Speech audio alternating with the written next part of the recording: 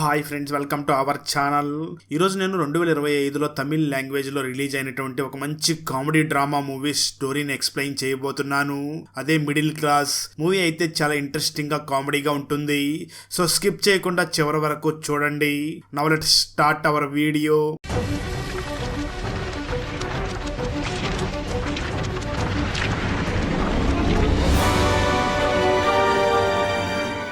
Video start చేసే ముందు మన ఛానల్లో లాస్ట్ వీడియోకి వచ్చిన బెస్ట్ కామెంట్ ఏమిటో చూద్దాం. అండ్ ఈ కామెంట్ నేను పర్సనల్గా సెలెక్ట్ చేసింది అయితే కాదు. సాఫ్ట్వేర్ ఆటోమేటిక్గా ఈ వీడియోని లైక్ చేసి కామెంట్ చేసిన బెస్ట్ కామెంట్ని ర్యాండమ్గా సెలెక్ట్ చేస్తుంది. So keep commenting. నెక్స్ట్ మీ కామెంటే సెలెక్ట్ అయ్యే ఛాన్స్ ఉంది. And thanks for commenting. Now let's start our video. Starting సీన్లో ఈ మూవీలో హీరో అయినటువంటి జార్జ్ పచ్చటి పొలాల మధ్యలో పడుకొని బాగా ఎంజాయ్ చేస్తూ ఉంటాడు. సడన్గా అదే సమయంలో అక్కడికి తన కూతురు మరియు కొడుకు వచ్చి నానా లేయి అంటే నిద్ర లేపుతారు. అంటే జార్జ్ ఇదంతా కూడా కలగని ఉంటాడు. నిజానికి జార్జ్ ఒక వాటర్ ప్యూరిఫైర్ కంపెనీలో సేల్స్ మేనేజర్ గా వర్క్ చేస్తూ ఉంటాడు. అతను నిద్ర లేవగానే తన కూతురు వచ్చి నాన్న నాకు కొత్త ఐఫోన్ కొనివ్వు అని అడుగుతూ ఉంటుంది.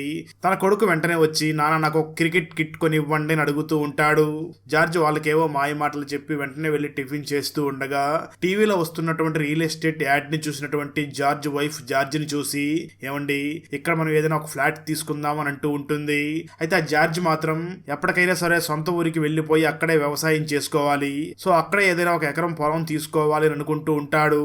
అయితే జార్జ్ వైఫ్ మాత్రం పిల్లల భవిష్యత్తుని దృష్టిలో పెట్టుకుని ఇక్కడే ఏదైనా ఒక ఫ్లాట్ తీసుకుని ఇల్లు కట్టుకుందాం, పిల్లలు బాగా చదువుకుంటారు అని, తన భర్త శాలరీ ఒకటే సరిపోదు అని తనకు టైలరింగ్ చేస్తూ అలాగే చీటీలు కూడా వేస్తూ ఉంటుంది. మన జార్జ్కి ఇద్దరు ఫ్రెండ్స్ ఉంటారు.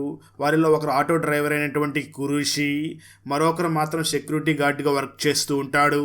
ఈ కురేషి మాత్రం ఎప్పటికైనా సొంత ఆటో తీసుకోవాలి అని చాలా కష్టపడుతూ ఉంటాడు. సెక్యూరిటీ గార్డ్ మాత్రం ఒక బిజినెస్ చేసి లాస్ అయ్యి ఇప్పుడు సెక్యూరిటీ గార్డ్ గా వర్క్ చేస్తూ ఉంటాడు. జార్జ్కి పెద్దగా సంపాదన లేకపోయినప్పటికీ తన ఫ్రెండ్స్, భార్య మరియు పిల్లలతో చాలా ఆనందంగానే జీవిస్తూ ఉంటాడు. అలాంటి సమయంలోనే జాన్ బావమరిదికి పెళ్లి కుదరడంతో జాన్ వైఫ్ వెంటనే జాన్ ని చూసి, మా అక్కయ్య మా తమ్ముడి పెళ్లికి 50 గ్రాముల బంగారం పెడుతుంది, కనీసం మనం 30 గ్రాముల బంగారం అయినా పెట్టాలి అని అంటూ ఉంటుంది.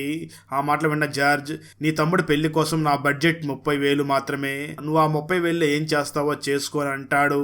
అయితే జార్జ్ వైఫ్ మాత్రం మనం కనీసం 30 గ్రాముల బంగారం అయినా పెట్టాలి, అలాగే మనం ఆల్రెడీ తాకట్లో పెట్టినటువంటి బంగారం మొత్తం కూడా విడిపించు, వీటన్నిటికీ దాదాపు 2 లక్షల వరకు ఖర్చు అవుతుంది, నువ్వేం చేస్తావో నాకు తెలియదు, వెంటనే 2 లక్షల రూపాయలు తీసుకునిరా అని గొడవ పడుతూ ఉంటుంది. కట్ చేస్తే ఆ తర్వాత రోజు జార్జ్ కూతురు తన ఫ్రెండ్ దగ్గరికి వెళ్లి మాట్లాడుతూ ఉన్న సమయంలో తన ఫ్రెండ్ జార్జ్ కూతురుని చూసి మాట్లాడుతూ, ఈరోజు నా యూట్యూబ్ ఛానల్ నుంచి నాకు ఈ నెల 50,000 రూపాయలు వచ్చింది అని అంటుంది. ఆ మాటలు విన్న జార్జ్ కూతురు ఆశ్చర్యపోతూ వెంటనే ఇంటికి వచ్చి ఇంట్లో భోంచేస్తున్న సమయంలో కుటుంబ సభ్యులందరినీ చూసి, నా ఫ్రెండ్కి ఈ నెల 50,000 రూపాయలు వచ్చిందంట యూట్యూబ్ నుంచి, మనం కూడా ఒక యూట్యూబ్ ఛానల్ని ఓపెన్ చేద్దామని అడుగుతుంది. దానికి జార్జ్ మాత్రం, వద్దు, అనవసరమైన ఖర్చులు ఎందుకు, ఇప్పుడు యూట్యూబ్ ఛానల్ని ఓపెన్ చేయాలంటే చాలా ఖర్చు అవుతుంది కదా అని అంటూ ఉంటాడు. అయితే జార్జ్ కూతురు మాత్రం అవసరం ఏమీ లేదు, మనం ఫ్రీగానే ఓపెన్ చెయ్యొచ్చు అని చెప్పడంతో దానికి జార్జ్ మరియు జార్జ్ వైఫ్ కూడా ఒప్పుకుంటారు. ఆ తర్వాత రోజే వాళ్ళు మిడిల్ క్లాస్ అనే ఒక నేమ్తో యూట్యూబ్ ఛానల్ని ఓపెన్ చేసి వాళ్ళకి తెలిసినటువంటి వంటలు, చిన్నపిల్లలు ఆడుకునేటువంటి ఒక చిన్న చిన్న గేమ్స్ అన్నిటినీ కూడా వీడియోస్ తీసి అప్లోడ్ చేస్తూ ఉంటారు. అలా వాళ్ళు వీడియోస్ అప్లోడ్ చేస్తూ ఉంటారు, కానీ వాళ్ళకి కేవలం 400 సబ్స్క్రైబర్స్ మాత్రమే ఉండడంతో వాళ్ళ వీడియోస్కి అసలు వ్యూసే రాకుండా ఉంటాయి. దాన్ని చూసినటువంటి జార్జ్ కూతురు కొంచెం బాధపడుతూ ఉంటుంది.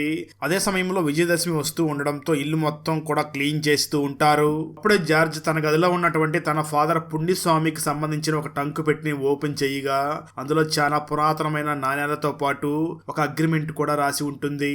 అదేమిటి అంటే ఈ జార్జ్ వాళ్ళ నాన్న 1976లోనే ఇక్కడికి వచ్చి ఒక ఎలక్ట్రికల్ షాప్ ని పెట్టుకుని ఉండి ఉంటాడు. ఆ సమయంలో జార్జ్ నాన్న దగ్గర గుజరాత్ నుంచి వచ్చినటువంటి ఒక యువకుడైనటువంటి రామ్లాల్ పనిలో జాయిన్ అయి ఉంటాడు. అయితే కొంతకాలం తర్వాత జార్జ్ ఫాదర్ అయినటువంటి పుణ్యస్వామి తన షాప్ ని ఆ రామ్లాల్ కే రాసిచ్చేసి ఉంటాడు. ఆ విషయం తెలుసుకున్నటువంటి రామ్లాల్ వెంటనే ఆ జార్జ్ కి ఒక అగ్రిమెంట్ ని రాసిస్తాడు.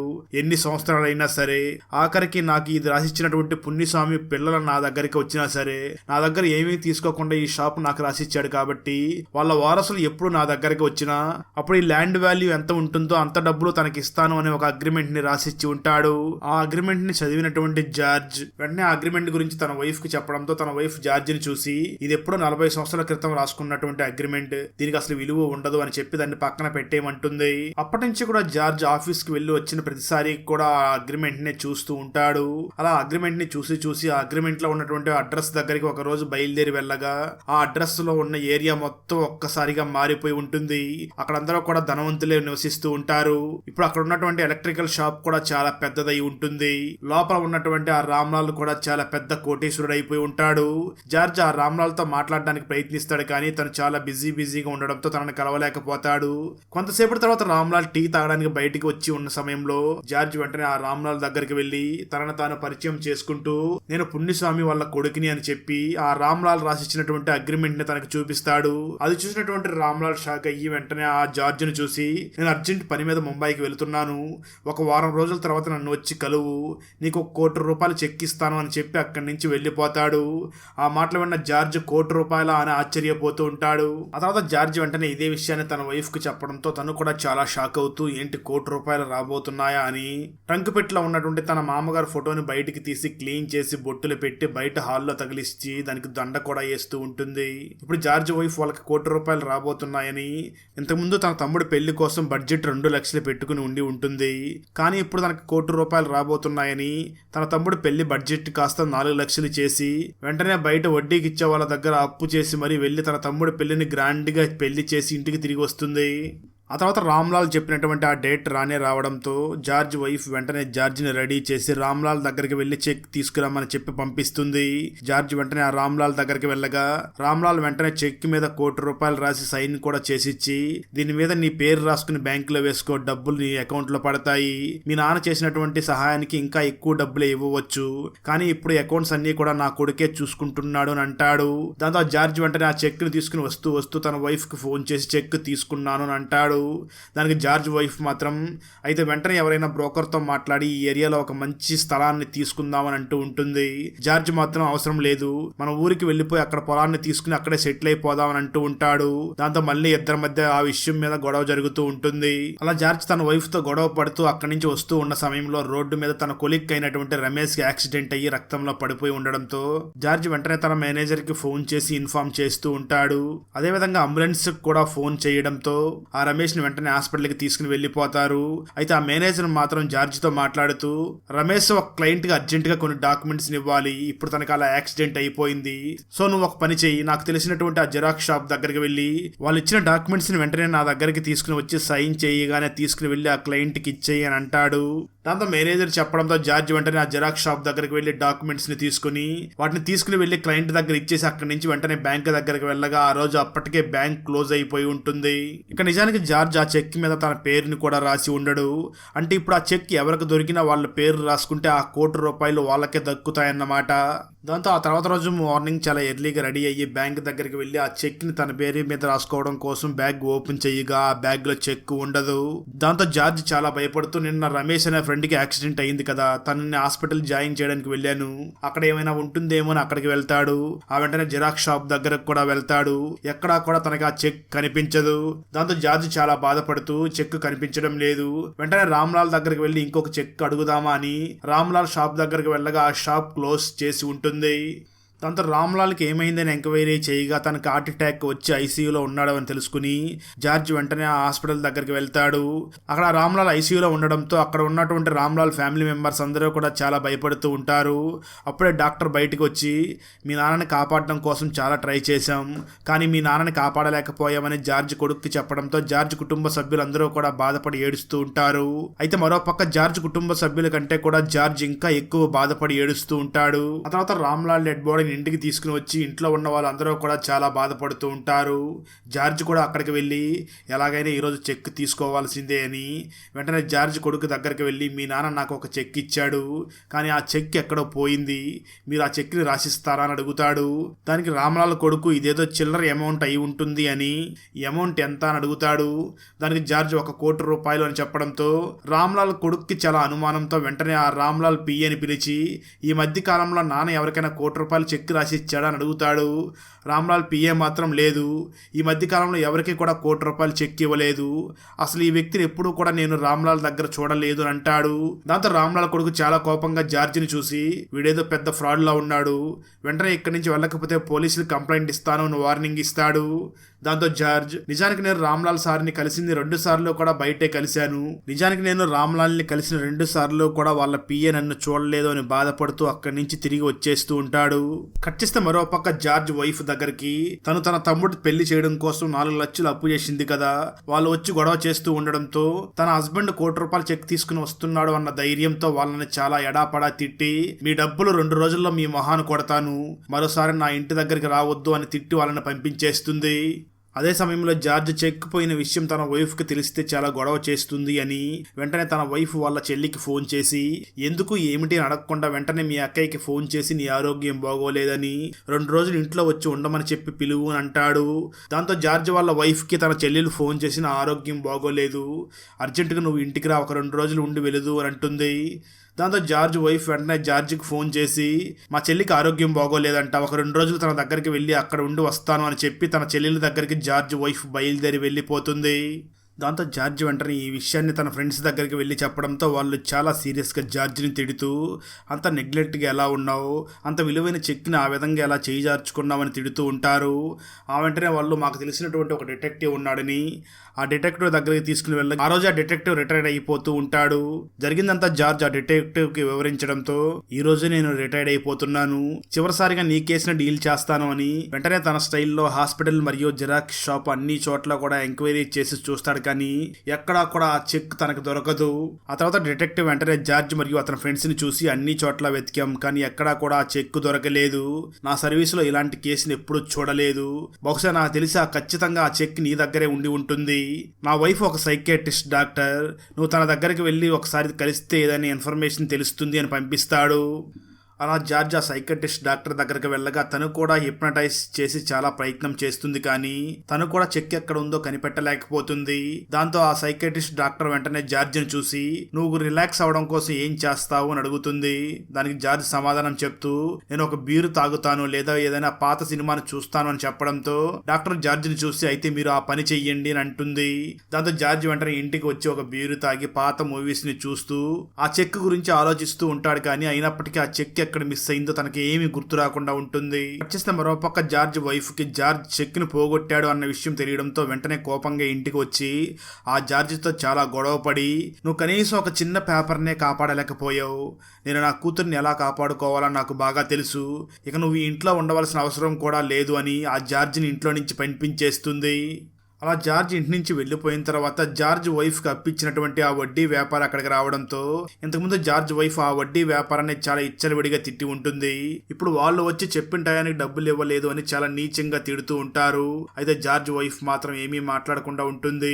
ఆ వడ్డీ ఇచ్చిన వ్యక్తి చాలా కోపంగా జార్జ్ వైఫ్ ని చూసి, నీకు 3 రోజులు మాత్రమే టైం ఇస్తున్నాను, ఈ 3 రోజుల లోపల నువ్వు తీసుకున్నటువంటి డబ్బులు నాకు ఇవ్వాలి, లేదంటే నేను నిన్ను తిట్టను కొట్టను, నిన్ను నాతో పాటు తీసుకుని వెళ్ళిపోతాను అంటూ చాలా అసభ్యంగా మాట్లాడుతూ ఉంటాడు.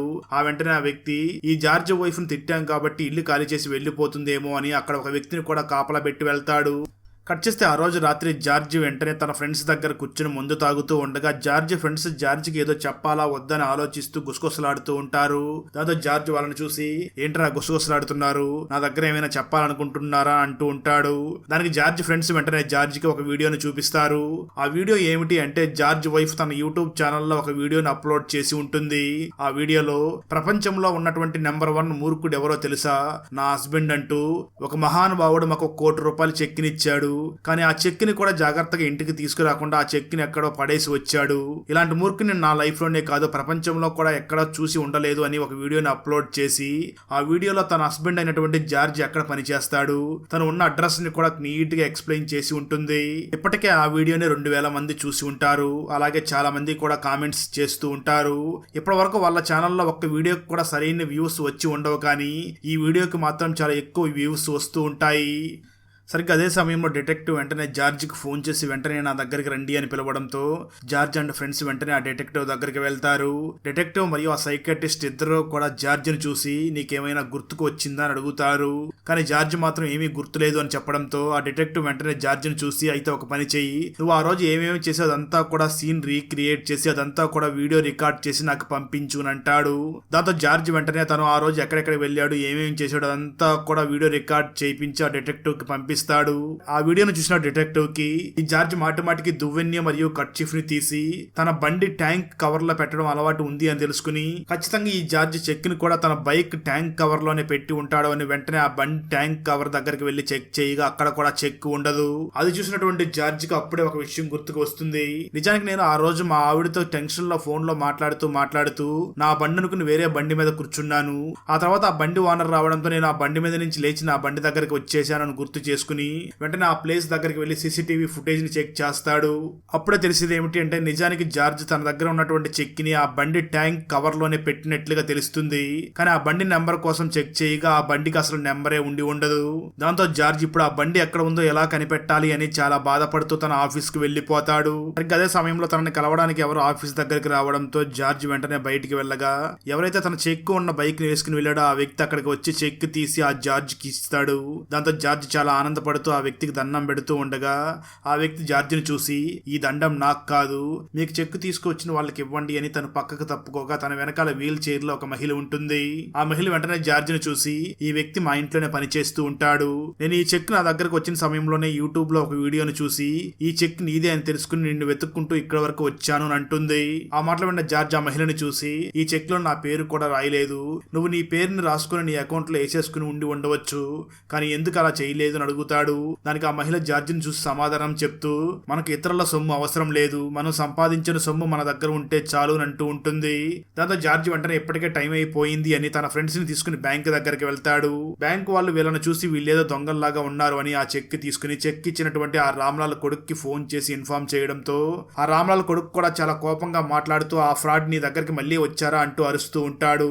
అలా రామ్లాల్ కొడుకు అరుస్తూ ఉండడంతో రామ్లాల్ వైఫ్ ఆ మాటలు విని వెంటనే తన కొడుకుతో మాట్లాడుతూ ఎందుకు ఆ విధంగా అరుస్తున్నావు, ఏం జరిగింది అని అడుగుతుంది. దానికి రామ్లాల్ కొడుకు జరిగిందంతా కూడా తన మదర్ కి ఎక్స్ప్లెయిన్ చేసి చెప్తాడు.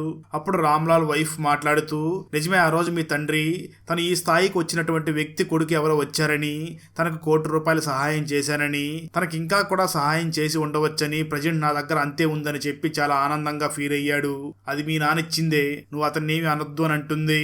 ఆ మాటలు విన్న రామ్లాల్ కొడుకు కూడా జార్జ్ మీద గౌరవం పెరిగి వెంటనే బ్యాంక్ వాళ్ళకి ఫోన్ చేసి ఆ చెక్ మేమే ఇచ్చాం, ఆ డబ్బులు ఆ వ్యక్తికి ఇవ్వండి అని చెప్తాడు. అలా ఎన్ని కష్టాలు పడిన తర్వాత తనకు డబ్బులు రావడంతో ఒక్కసారిగా ఆ జార్జ్ జల్లైపోతాడు. అప్పుడే జార్జ్ కాకులకు కొంచెం అన్నం పెట్టి ఉండడంతో ఆ కాకి చాలా కాకులను అక్కడికి పిలిచి ఆ అన్నాన్ని చూపించి తినిపిస్తూ ఉంటుంది. అది చూసినటువంటి జార్జ్ కి వెంటనే తన నాన్న చెప్పినటువంటి మాటలు గుర్తుకు వస్తాయి. మనం మంచిగా జీవిస్తేనే జీవించినట్లు కాదు, మన తోటి వాళ్ళకి కూడా సహాయం చేస్తేనే మంచిగా జీవించినట్లు అవుతుంది అని తన నాన్న చెప్పిన మాటల్ని గుర్తు చేసుకుంటాడు. ఆ వెంటనే తన దగ్గర ఉన్న బ్యాగ్ లోంచి కొంత డబ్బులు తీసి తన ఫ్రెండ్ ఆటో డ్రైవర్ అయినటువంటి కురేషికి ఇచ్చి కొత్త ఆటో కొనుక్కోమని చెప్పడంతో కురేషి చాలా ఆనందంగా ఆ జార్జిని హగ్ చేసుకుంటాడు. ఆ వెంటనే మరికొంత డబ్బులు కూడా తీసి ఆ సెక్యూరిటీ గార్డ్కి ఇచ్చి తన అప్పులన్నీ కూడా తీర్చుకోమని చెప్పడంతో వాళ్ళు చాలా ఆనందపడుతూ ఉంటారు. ఆ వెంటనే జార్జ్ తనకు చెక్ తీసుకొచ్చినటువంటి ఆ మహిళ దగ్గరికి వెళ్లి డబ్బులు ఇచ్చే ప్రయత్నం చేస్తాడు. కానీ తను మాత్రం ఎంత వద్దు అని చెప్పినా వినకుండా జార్జ్ బలవంతంగా ఆమెకు కూడా కొంత డబ్బులు ఇచ్చి అక్కడి నుంచి తిరిగి మిగిలిన 80 లక్షలను డైరెక్ట్ గా తన వైఫ్ దగ్గరికి వెళ్లి తన వైఫ్ కి ఇచ్చి నా చేతిలో ఉన్న డబ్బులు ఇవి, వీడితో నువ్వు ఇక్కడ ఫ్లాట్ తీసుకుంటావో ఏం చేసుకుంటావో చేసుకో, నేను మాత్రం నిన్ను అడగను అని చెప్పి తన వైఫ్ చేతిలో ఆ డబ్బుల్ని పెట్టేస్తాడు. అది చూసినటువంటి జార్జ్ వైఫ్ కూడా నేను తప్పు చేశాను అని మనసు మార్చుకుని ఎక్కడెక్కడో ఫ్లాట్లు కాదు, నా హస్బెండ్ చెప్పినట్లుగానే పల్లెటూరులోనే పొలం తీసుకుందామని వెంటనే తన హస్బెండ్ దగ్గరికి వెళ్లి ఈ డబ్బులతో మీరే మీకు ఇష్టం వచ్చినట్లుగానే ఊర్లో పొలం కొంటానన్నారు కదా, ఆ విధంగానే చెయ్యండి అని అంటుంది. దాంతో జార్జ్ చాలా ఆనందంగా ఫీల్ అయ్యి వెంటనే ఊర్లో వెళ్లి పొలం తీసుకుని అక్కడ వ్యవసాయం చేయడం మొదలు పెడతాడు. అక్కడతో ఈ మూవీ అయిపోతుంది. ఒక కొడుకు తన తల్లి శవాన్ని పాతిపెట్టడం కోసం శ్మశానంలో ఒక ప్లేస్ని సీక్రెట్గా ఎందుకు దాచిపెట్టాడు, ఆ ఊరు పెద్ద మనిషి ఊరి శ్మశానంలో ఉన్నటువంటి సమాధుల్ని ఎందుకు తవ్వాలని చూస్తుంది, అసలు ఎందుకు ఆ ఊరిలో ఉన్న ప్రజలందరూ కూడా శ్మశానంలో ప్లేసు కోసం వేలం పాట పాడుతున్నారు, అసలు ఆ ఊర్లో ఉన్న వాళ్ళందరూ కూడా ఎందుకు ఆ ఊరికి ఉత్తరం పక్కనే శ్మశానాన్ని ఏర్పాటు చేసుకున్నారు, ఉత్తరం పక్కన శవాన్ని పూడ్చిపెట్టకపోతే ఆ ఊరికి ఏమవుతుంది, వీటన్నిటికీ సమాధానం తెలియాలి అంటే మీరు 2025లో రిలీజ్ అయినటువంటి ఉప్పు కప్పు రంబు మూవీని చూడాల్సిందే. ఈ మూవీ ఫుల్ మూవీ స్టోరీని తెలుగులో వినాలి అనుకుంటే ఈ వీడియో డిస్క్రిప్షన్లో ఉన్న లింక్ని క్లిక్ చేసి చూడండి. Thanks for watching. Friends, video నచ్చినట్లయితే లైక్ చేసి ఒక చిన్న కామెంట్ చేస్తే మాకు నెక్స్ట్ వీడియో చేయడానికి ఎంకరేజింగ్గా ఉంటుంది. అలాగే ఛానల్ని సబ్స్క్రైబ్ చేసి పక్కనే ఉన్న బెల్ ఐకాన్ని క్లిక్ చేసి సపోర్ట్ చేయండి. Thanks for watching. జై హింద్.